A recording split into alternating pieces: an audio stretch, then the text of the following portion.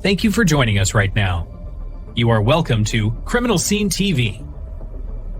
Let's take a look at what is happening right now.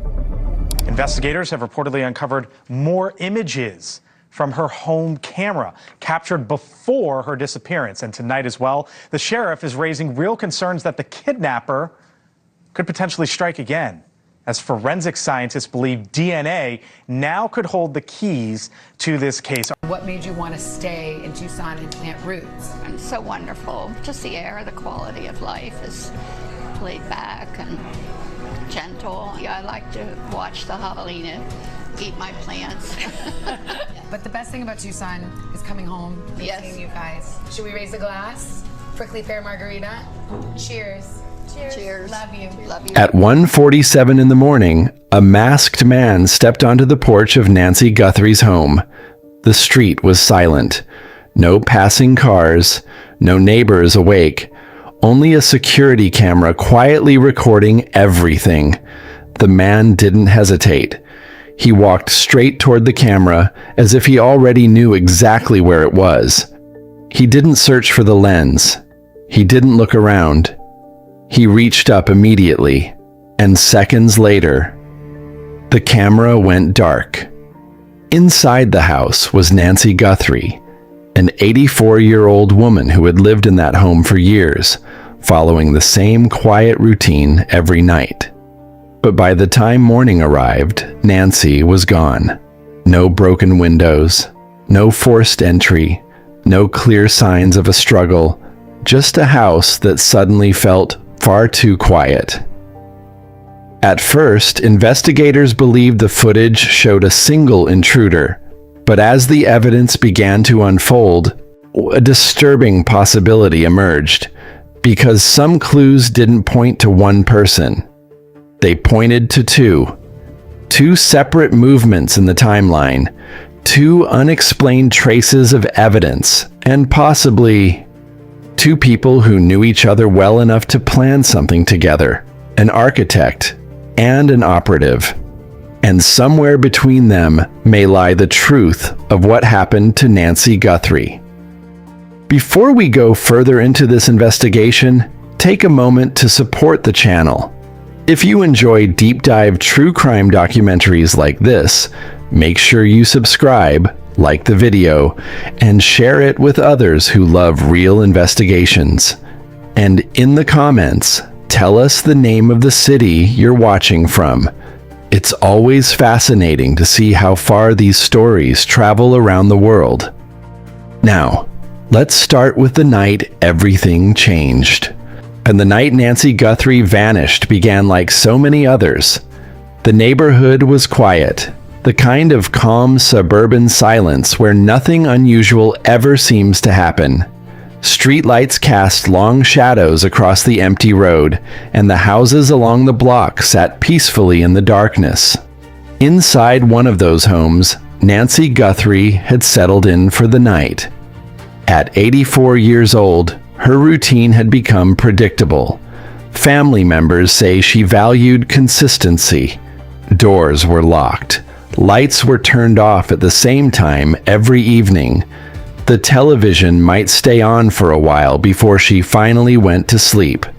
Nothing about that night suggested it would be different, but at 1:47 a.m., something unusual appeared on the home's security camera. A figure. A man wearing dark clothing and a mask slowly stepped onto Nancy's front porch, and the camera captured only a few seconds of footage, but those seconds would become some of the most studied images in the entire investigation. The man didn't behave like someone unfamiliar with the property. He walked directly toward the camera with steady confidence, no hesitation, no searching. Within moments, he reached up and touched the device. A plant was lifted and placed in front of the lens, blocking the view. Just like that, the camera went dark. For investigators, this moment raised the first disturbing question. How did the intruder know exactly where the camera was located? Because the placement wasn't obvious from the street. Anyone walking up to the house for the first time would likely need to look around before noticing it. But the masked figure didn't look. He went straight to it. What happened next inside the house remains one of the most chilling mysteries of the case. For a period investigators later estimated to be roughly 40 minutes, whoever entered the home remained inside. No alarms were triggered. No neighbors reported hearing screams. No additional footage was captured after the camera was blocked. Then, sometime after 2 o'clock in the morning, the intruder disappeared from view. By the time family members tried to contact Nancy the next day, something was clearly wrong. Calls went unanswered. Messages received no reply. When someone finally checked the house, Nancy Guthrie was nowhere to be found. Her home looked almost untouched. But the silence inside felt heavy. Because somewhere between 1:47 a.m. and the early morning hours, Nancy Guthrie had vanished. Yeah, and the only witness to the beginning of that night was a masked man who seemed to know exactly what he was doing. At the beginning of the investigation, detectives focused on the man captured by the security camera. The masked figure on Nancy Guthrie's porch seemed like the obvious suspect.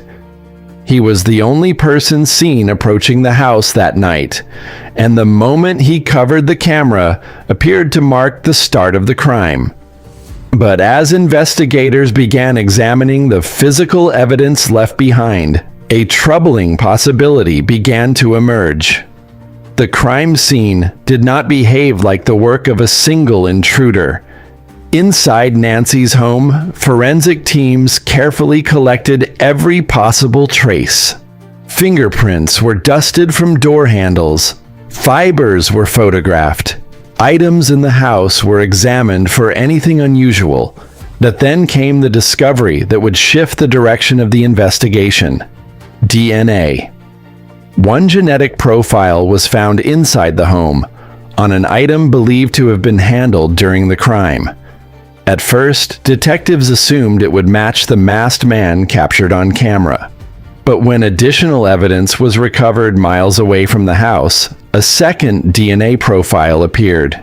The two samples did not match each other, and neither of them matched anyone in the National Criminal Database. For investigators, this raised a difficult question. If the masked man on the porch was responsible for the crime, whose DNA was the second profile? There were only a few possible explanations. One possibility was innocent transfer, DNA that had been left earlier by someone who had visited the home in the past. But the timing and placement of the evidence made that explanation less convincing. Another possibility was far more unsettling. Two people may have been involved. This theory began to explain other strange elements of the case. For example, investigators had struggled to understand how the intruder managed to spend such a long period of time inside the house without triggering alarms or drawing attention. If there had been only one person, every step of the crime, controlling the victim, searching the house, and planning an escape, would have required time. But two people working together could divide those tasks. One could focus on Nancy. The other could manage the surroundings, watch the entrances, and prepare the exit. Suddenly, details that once seemed confusing began to fit together. The calm behavior of the masked man, or the extended time spent inside the house, the presence of two separate DNA profiles. Together, they formed a pattern investigators could no longer ignore. The possibility that this was not the act of a lone intruder, but a coordinated operation. And if that theory was true, it meant something even more troubling. The masked figure seen on camera might not have been the mastermind behind the crime. He might have simply been the one sent to carry it out, which meant somewhere beyond the frame of that security camera, there could have been another person, someone who never appeared on video, someone who may have helped plan everything, and someone who may have known Nancy Guthrie's life well enough to understand exactly how to make her disappear. When investigators reviewed the security footage from the night Nancy Guthrie disappeared, one detail stood out immediately. The masked man seemed to know exactly where the cameras were. He didn't pause on the porch. He didn't search for the lens. He didn't look around to figure out how the system worked. Instead, he walked directly to the camera and disabled it within seconds. To detectives, that kind of confidence rarely happens by accident. People committing crimes for the first time often hesitate. They look around. They make mistakes. But the person on Nancy's porch behaved like someone who had already studied the system. That realization pushed investigators to examine something they had not fully considered before. What if the planning for this crime had started weeks earlier? So they expanded their search. Instead of looking only at the night Nancy disappeared, while they began reviewing surveillance footage from the surrounding area in the days and weeks before the incident. And that's when the timeline started to look stranger. On multiple occasions before the disappearance, unknown individuals had been seen moving near the property late at night. In some clips, someone appeared to approach the house and then leave without knocking. In others, a vehicle slowed down on the street before continuing on. Individually, none of these moments proved anything. People pass through neighborhoods every night for harmless reasons. But when investigators lined up the dates and times, a pattern began to form. Several of the sightings happened during the same late-night hours when Nancy eventually vanished, and in at least one recording, someone appeared to walk close enough to the house that they would have been able to observe the security cameras. For investigators, this raised another unsettling possibility. The person who committed the crime might not have been improvising. They might have been testing the house, studying the angles of the cameras, learning when the neighborhood was quiet, figuring out how long they could approach the property without drawing attention. If that was true, the crime wasn't simply planned, it was rehearsed. And that detail would soon become important. Because crimes that involve preparation at this level often require more than one role. Someone to gather information, and someone to act when the moment finally arrives. Which means the masked figure seen on the porch may not have been the only person involved in those quiet and late-night visits to Nancy Guthrie's home. When investigators reconstructed the timeline of the night Nancy Guthrie disappeared, one detail quickly became the center of the entire case. The amount of time the intruder spent inside the house. Security footage showed the masked man approaching the home at 1:47 a.m. Within seconds, he disabled the doorbell camera by covering the lens with a plant. After that moment, the outside view went dark. From that point forward, investigators had to rely on indirect evidence to understand what happened next. But the data they did have revealed something important. For roughly 41 minutes, whoever entered Nancy's home remained inside. 41 minutes. That is an unusually long time for a crime that involves entering someone's house in the middle of the night. Most burglars try to move quickly. Then the longer someone stays inside a home, the greater the risk of being discovered by neighbors, passing vehicles, or security alerts. Yet the person who entered Nancy's house stayed there for a significant amount of time. That detail forced investigators to ask a difficult question. What could possibly take that long? One possibility was that the intruder had difficulty controlling the situation inside the home. Perhaps something unexpected happened that forced them to spend more time than planned. But the calm and confident behavior captured on the camera outside made that explanation less convincing. The man on the porch did not appear rushed or nervous. He moved like someone who already knew what he intended to do. So detectives considered another explanation. What if the 41 minutes were not a delay? But what if they were part of the plan? If two people were involved, the timeline suddenly made more sense. One person could have focused on Nancy, entering the house, confronting her, and preventing her from calling for help. Meanwhile, the second person could have been responsible for other tasks, searching the house, gathering items, preparing a way to remove Nancy without attracting attention, or even watching outside to make sure no one approached the property. Dividing responsibilities like this would allow the crime to unfold in a controlled and methodical way, and it would explain why the intruder didn't seem worried about time. Because if there were two people working together, the situation inside the house could be managed far more efficiently. Investigators also noticed another troubling detail. There was no clear evidence of forced entry, no broken doors, no shattered windows, nothing that suggested someone had violently forced their way inside. That raised the possibility that whoever entered the home either had a way to unlock the door or knew how to access the house without causing damage. And once again, the investigation returned to a familiar question. If the crime required planning, timing, and knowledge of the property, who could have known Nancy Guthrie's home well enough to make it happen? Because the 41 minutes inside that house may hold the key to the entire mystery, and they may reveal that the masked man seen on camera was only one part of a much larger plan. As investigators studied the details of Nancy Guthrie's disappearance, one possibility became increasingly difficult to ignore. The person responsible might have known the house. Not just its location, but the small details that outsiders rarely understand. The placement of the security cameras, the quiet hours of the neighborhood, the routines Nancy followed every night. These were not the kinds of things a random intruder could easily guess.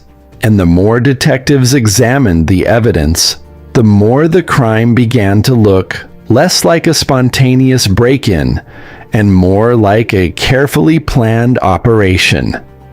The masked man on the porch had moved with confidence. He walked directly to the camera and disabled it within seconds, as if he already knew it was there. But the camera itself was not positioned in a place that strangers would immediately notice. It blended into the porch area and faced outward toward the street. Someone approaching the house for the first time would likely scan the surroundings before realizing they were being recorded. Yet the man didn't look around. He walked straight toward the lens. That detail suggested something important. Either the intruder had studied the house beforehand, or someone had told him where the camera was located.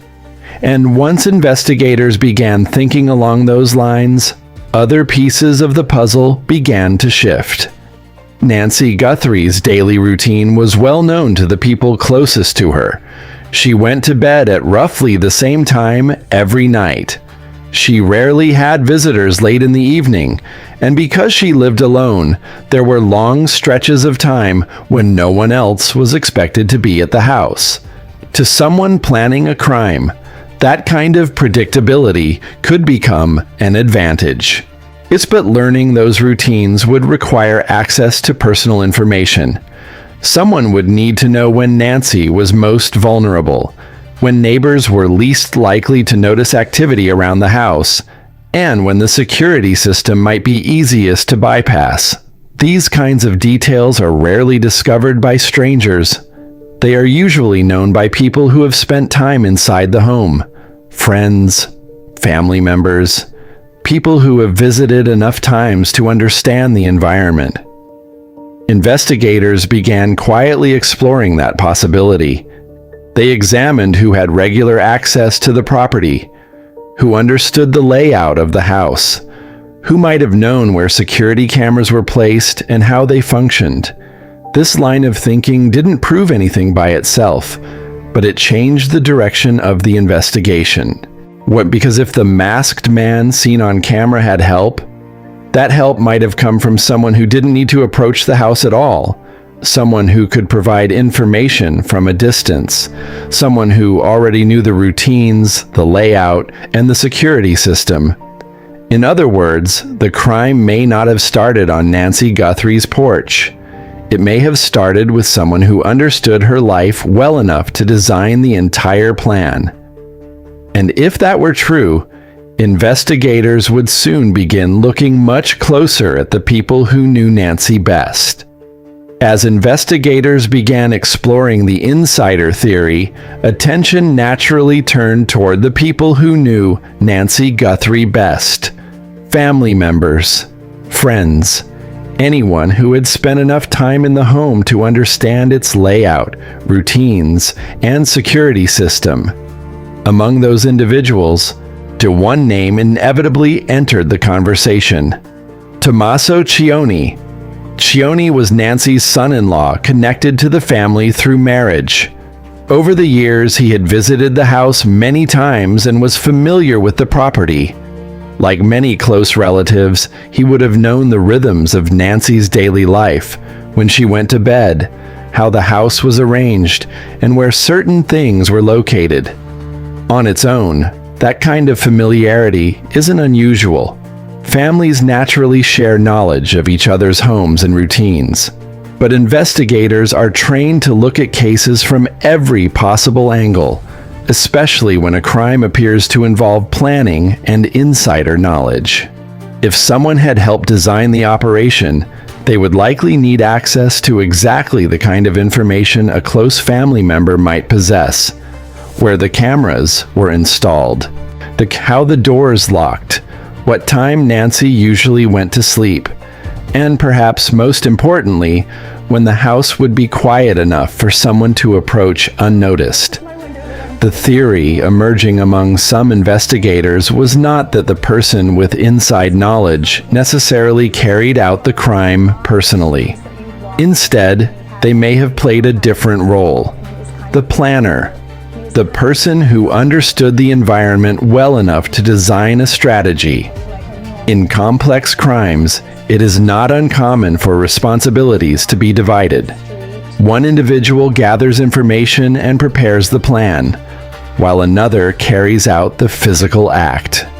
If that kind of arrangement existed in Nancy's case, the masked figure on the porch may have been only the visible part of the operation, the individual executing the plan. But behind that execution could have been someone who understood the house in far greater detail. Investigators also began examining personal connections that might link potential planners with people capable of carrying out the crime. Because if two individuals worked together, there would likely be a relationship between them, a history, trust built over time. And one connection in particular began to draw attention.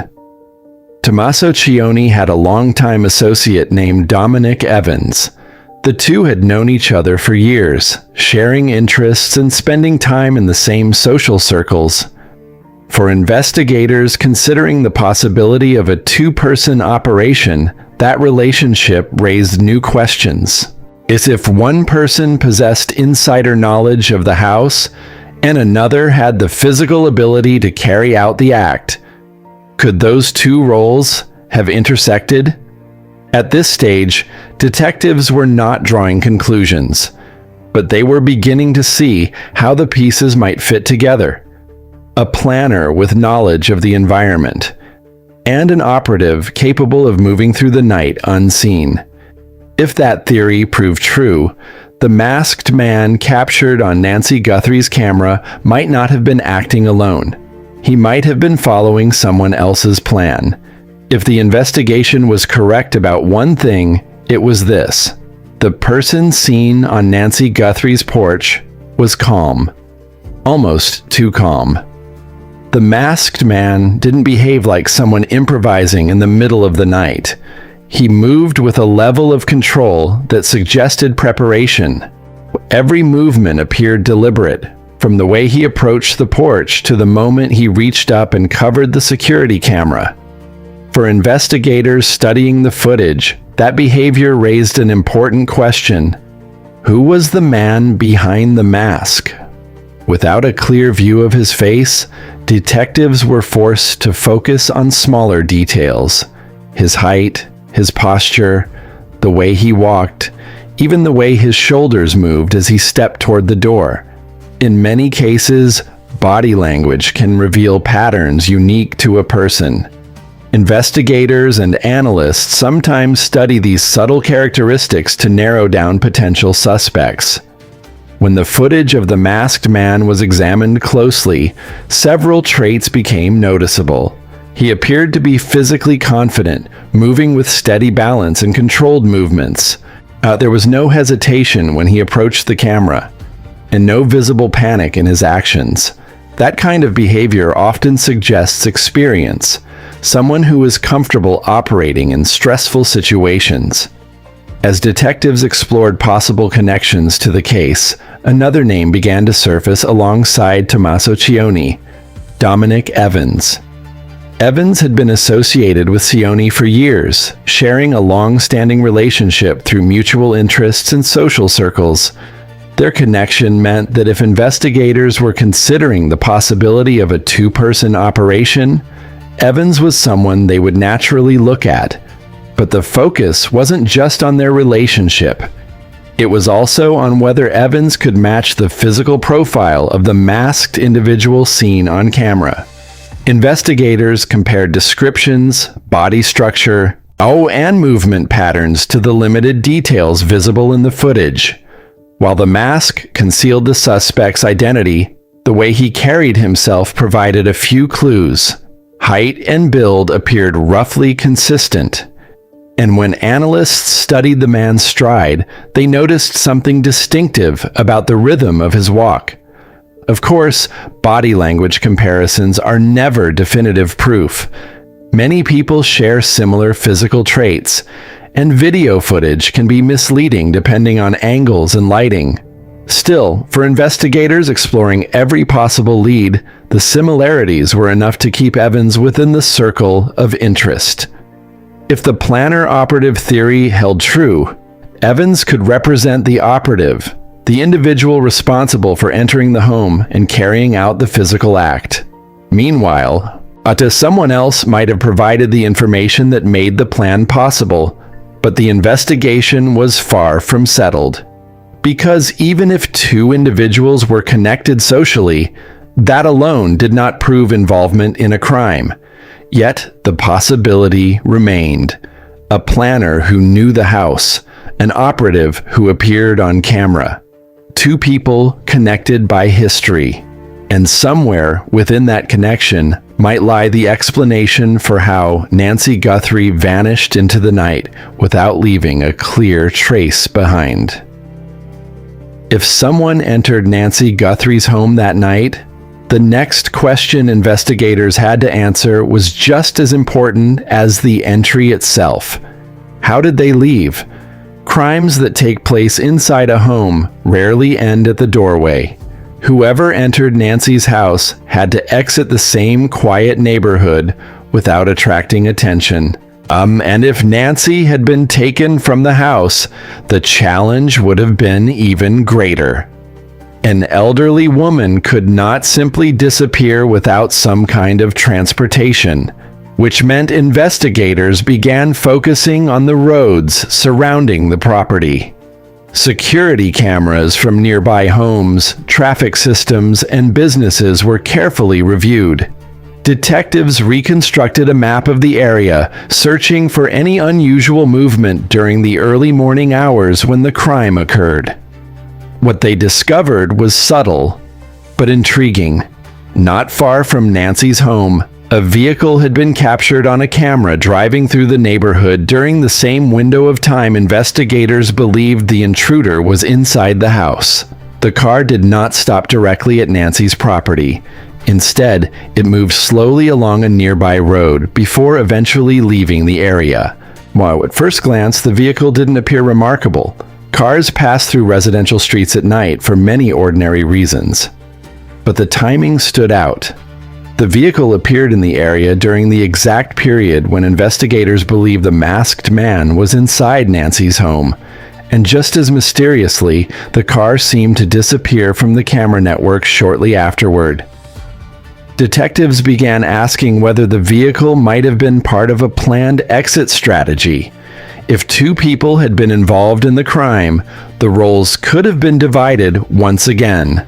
One person inside the house, another person waiting nearby. A driver could remain out of sight, positioned far enough away from the property to avoid cameras, but close enough to arrive quickly when the moment came. But that kind of arrangement would allow the intruder to leave the house without lingering in the neighborhood. The moment the job was finished, the operative could move toward the vehicle. Within minutes, both individuals could be gone. This possibility also aligned with another detail investigators had already been considering. If the crime involved planning and surveillance beforehand, then the escape route would likely have been studied as carefully as the entry. Someone could have examined nearby roads, noted which intersections had cameras, chosen a route that minimized exposure. When detectives mapped the area around Nancy's home, they noticed several smaller streets that connected quickly to larger roads leading out of the neighborhood.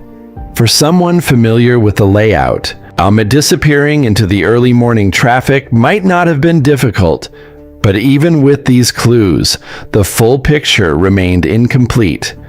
The vehicle seen on camera could not be definitively linked to the masked intruder, and investigators still didn't know exactly what happened inside Nancy's home during those 41 minutes.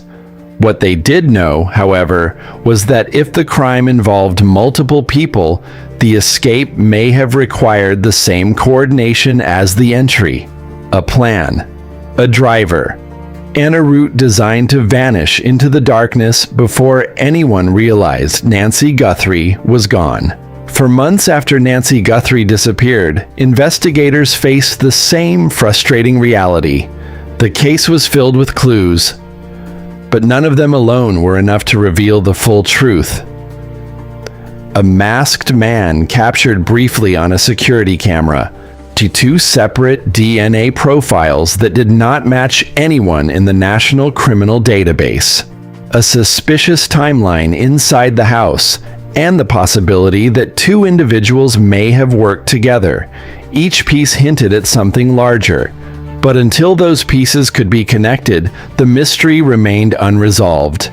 Yet, modern investigations no longer rely only on eyewitnesses and confessions. In cases like this, the real answers often emerge slowly through technology, data, and time. One of the most powerful tools investigators now use is DNA genealogy. Even when a DNA sample doesn't match anyone in criminal databases, it can sometimes be linked to distant relatives who have uploaded their genetic information to public genealogy services. By building family trees and tracing connections across generations, our investigators can narrow down potential identities. It's a painstaking process. But in recent years, it has solved crimes that remained mysteries for decades. The two unidentified DNA profiles connected to Nancy's case could eventually be examined using this same technique. If either sample connects to a relative in a genetic database, investigators may be able to reconstruct a family network that leads directly to the person who left it behind. And DNA is only one part of the equation. Digital evidence continues to grow every year. Cell phone records can reveal whether certain devices were near Nancy's home during the critical window of time. Financial records can uncover unusual transactions. Vehicle tracking systems and traffic cameras can reconstruct movements across entire cities. Even small details, like the purchase of gloves, to tools or equipment can leave digital trails that investigators follow long after the crime occurred. But perhaps the most unpredictable factor in crimes involving more than one person is something far simpler: human nature. When two individuals share responsibility for a secret, maintaining silence becomes increasingly difficult as time passes. Relationships change, loyalties weaken, and sometimes the smallest disagreement can expose something that had remained hidden for years. Investigators understand this pattern well. Many crimes involving multiple participants eventually unravel not because of new technology, but because someone decides to talk. And if the theory explored throughout this investigation is correct, if Nancy Guthrie's disappearance required both a planner and an operative, then the truth may exist somewhere within that fragile partnership. A partnership built on trust, but also on fear. Because as time moves forward, the same forces that helped hide the crime may also be the ones that finally reveal it. And somewhere within the growing network of evidence, DNA, surveillance, digital records, and human connections, the answer to what happened to Nancy Guthrie may already exist, waiting for the moment when the final piece falls into place.